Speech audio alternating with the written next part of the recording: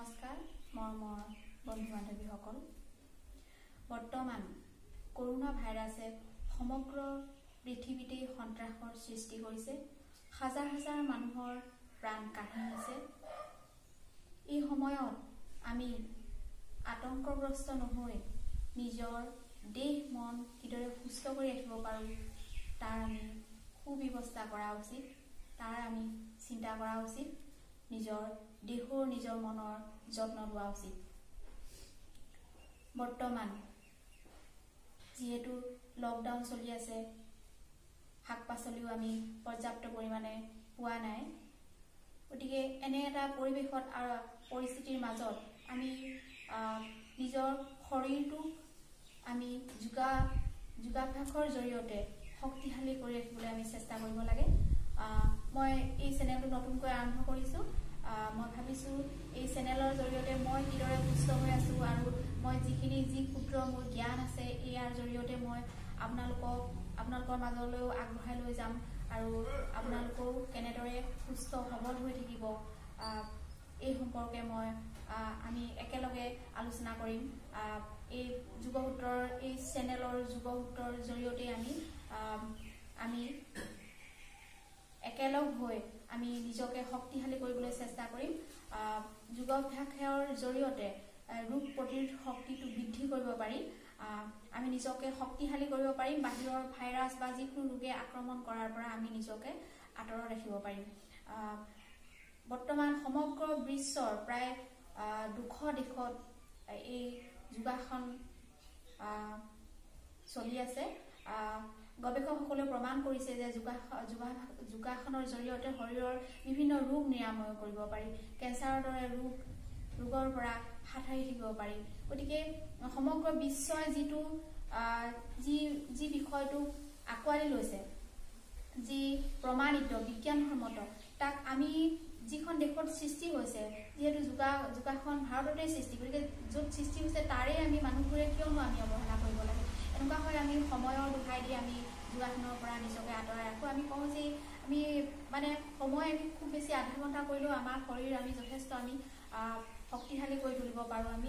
কিন্তু সেই আমি মন আমি ষ্ট্ৰং কৰিব পাৰোঁ, কিন্তু আমি সেই আধা ঘণ্টা সময়ো আমি খৰচ কৰিবলৈ বেয়া পাওঁ আৰু বহুতে উপলুঙা কৰাও দেখা যায়। এই যোগাসন কৰিলেনো কি হ'ব, নকৰোঁ, কিন্তু এইবোৰ কৰি লাভ নাই, তেনেকুৱা নহয়। কিন্তু এতিয়া উপলুঙা কৰাৰ সময় নহয়।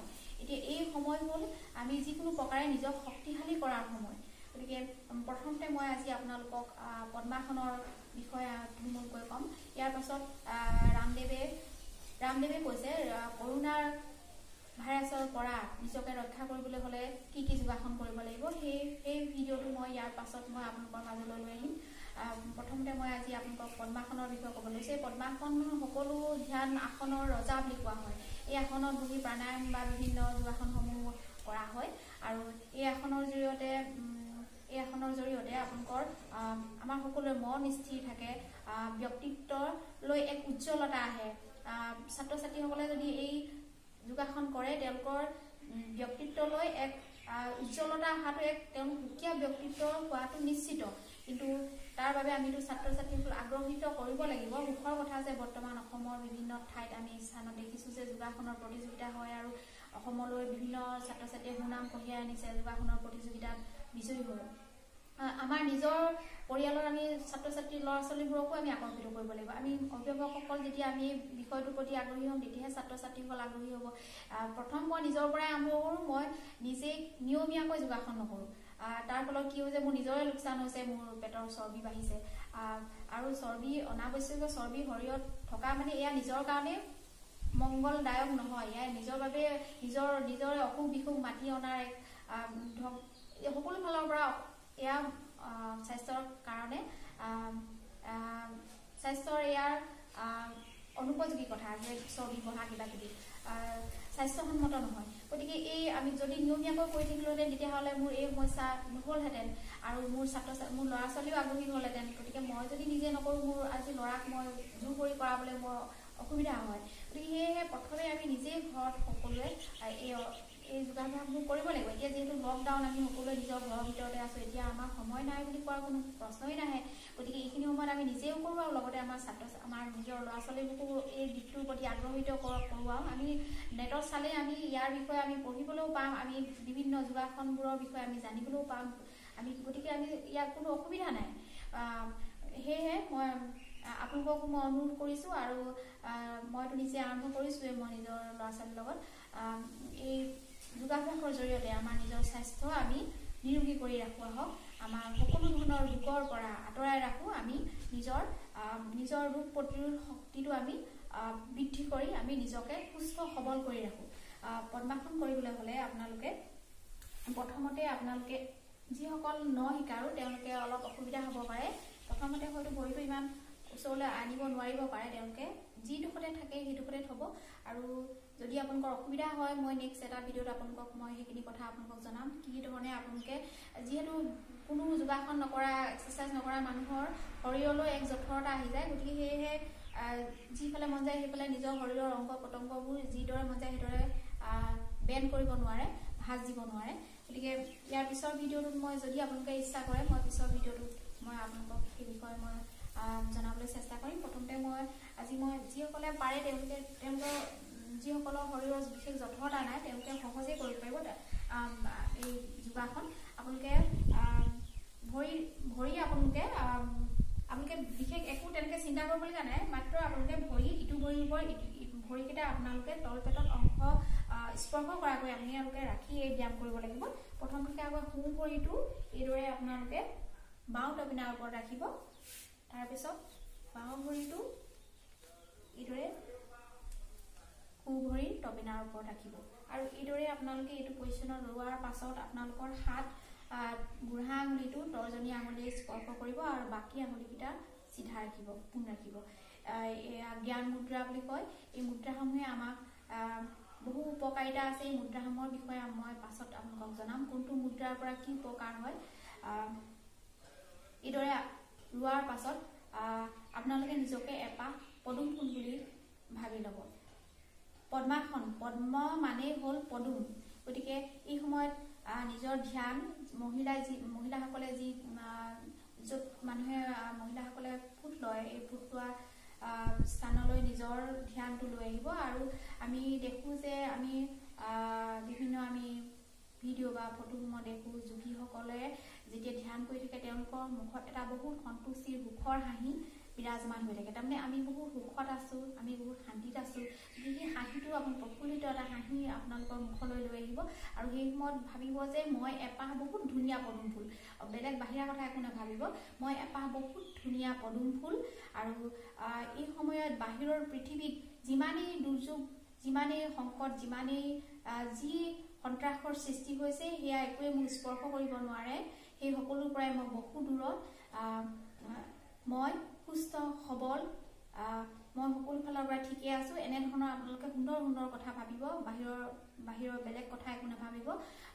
গীতাত শ্ৰীকৃষ্ণই কৈছে যে যোগাসন কৰিবলৈ হ'লে সম্পূৰ্ণ দৃঢ় সংকল্প আৰু বিশ্বাসেৰে সৈতে কৰিব লাগিব, তেতিয়াহে সফলতা লাভ কৰিব পাৰিব। এয়া ভগৱান শ্ৰীকৃষ্ণই কৈ থৈ গৈছে। গতিকে সম্পূৰ্ণ বিশ্বাসেৰে আৰু দৃঢ় সংকল্পৰে কৰিব লাগিব যে আমি এইখিনি কৰিমেই। আৰম্ভ কৰিছোঁ যেতিয়া ময়ো আৰম্ভ কৰিছোঁ, আৰু মই ভাবিছোঁ এইদৰে আপোনালোকৰ লগত মোৰ সম্পৰ্কটো গঢ়ি উঠিছে, এই চেনেলৰ জৰিয়তে গঢ়ি উঠিব। আৰু এইদৰে মই আপোনালোকলৈ নতুন নতুন ভিডিঅ' লৈ আহিম। আৰু এইদৰে মোৰো লাভ হ'ব, যিহেতু মই ভাবিম আকৌ এটা নতুন ভিডিঅ' আপোনালোকক দিব লাগিব। গতিকে ময়ো নিজেও চৰ্চা কৰিম, আৰু লগতে মই আপোনালোককো সুস্থ হৈ থাকিবলৈ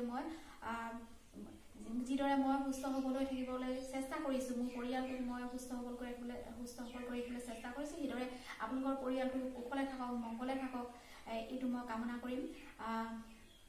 আৰু এই আসনৰ জৰিয়তে আমাৰ নিম্নাংশৰ যি অংগ প্ৰত্যংগ সকলোৱে আমাৰ সুস্থ সবল হয়, তেজ চলাচলটো সুন্দৰভাৱে হৈ থাকে। যিহেতু সকলোৱে আমাৰ ৰোগ প্ৰতিৰোধ শক্তিটো বেছি শক্তিশালী হৈ পৰে। আৰু কফ পিত্ত যি অসুখ থাকে সেয়া নিৰাময় হয়, মানুহৰ ব্যক্তিত্ব বিকাশত অৰিহণা যোগায়, এক মনলৈ আৰু শৰীৰলৈ উজ্জ্বলতা লৈ আনে। এই আসন নিয়মীয়াকৈ যি কৰিব, যি ছাত্ৰ ছাত্ৰীয়ে কৰিব, যি মানুহে কৰিব, তেওঁলোকৰ জীৱনলৈ, তেওঁলোকৰ ব্যক্তিত্বলৈ এক পৰিৱৰ্তন অহাটো স্বাভাৱিক দেহ মন সকলোলৈ পৰিৱৰ্তন আহিব লগতে ব্যক্তিত্ব সুন্দৰ এক ব্যক্তিত্বৰ হোৱাটো তেওঁলোক স্বাভাৱিক গতিকে সকলোৱে এয়া কৰিবলৈ আৰম্ভ কৰক ৰাজহাড় আপোনালোকে চিধা ৰাখিব বুকু চিধা ৰাখিব পোন কৰি ৰাখিব সকলো এই আসন কৰোঁতে উশাহ নিশাহ স্বাভাৱিকভাৱে লৈ থাকিব আৰু এই আসনৰ জৰিয়তে মনৰ হতাশা সকলো নাইকিয়া হয় মনলৈ এক স্থিৰতা নামি আহে আপোনালোকে প্ৰথমতে 2 মিনিট 3 মিনিট কৰিব পাৰে তাৰপিছত আপোনালোকে সময়টো নিজৰ অলপ বঢ়াই ল'ব পাৰে যিমানখিনি সময় আপোনালোকে এইদৰে ল'ব পাৰে আপোনালোকে এটা ভৰিৰ ওপৰত এনেদৰে বেছি সময় থাকিবলৈ অসুবিধা পালে সলাই ল'বও পাৰে আপোনালোকে এইদৰে আপোনালোকে পুনৰ আপোনালোকে সলাই ল'ব পাৰে আৰু এইখিনি সময়ত পৰিৱেশটো চাফ চিকুণ পৰিৱেশৰ মাজত আপোনালোকে এই আসন কৰিব পুৱা আৰু আবেলি এই আসনসমূহ কৰাৰ উপযুক্ত সময় এইখিনি সময়ৰ মাজতে আপোনালোকে আসনবোৰ কৰিবলৈ চেষ্টা কৰিব আমাৰ দেহ আৰু মনৰ লগত ওতঃপ্ৰোত সম্পৰ্ক আমাৰ দেহ ভালে থাকিলে মনো ভাল থাকিব মন ভালে থাকিলে আমাৰ দেহো ভাল থাকিব এইখিনি সময়ত আমি যদি আমাৰ মনটো বাহিৰত যিখিনি ঘটনা ঘটি আছে সেই কথাখিনি যদি ভাৰাক্ৰান্ত কৰি ৰাখোঁ তেতিয়া তাৰ এটা নিগেটিভ প্ৰভাৱ এটা বিয়োগাত্মক প্ৰভাৱ আমাৰ শৰীৰত পৰাটো স্বাভাৱিক আৰু সেই বিয়োগাত্মক প্ৰভাৱে আমাৰ ভিতৰি আমাৰ ৰোগ প্ৰতিৰোধ শক্তিটোকে দুৰ্বল কৰিব আমাক দুৰ্বল কৰাৰ ফলত আমাৰ বাহিৰৰ পৰা যিকোনো ৰোগে আমাক সোনকালে আক্ৰমণ কৰিব পাৰিব সেয়েহে এইখিনি সময়ত সম্পূৰ্ণ নিজকে সতেজ কৰি ৰাখক নিজৰ মনটো ভাৰাক্ৰান্ত কৰি নাৰাখিব অনবৰতে আমি যে এই মোবাইলত হওক টিভিত হওক আমি যে বাতৰি প্ৰতি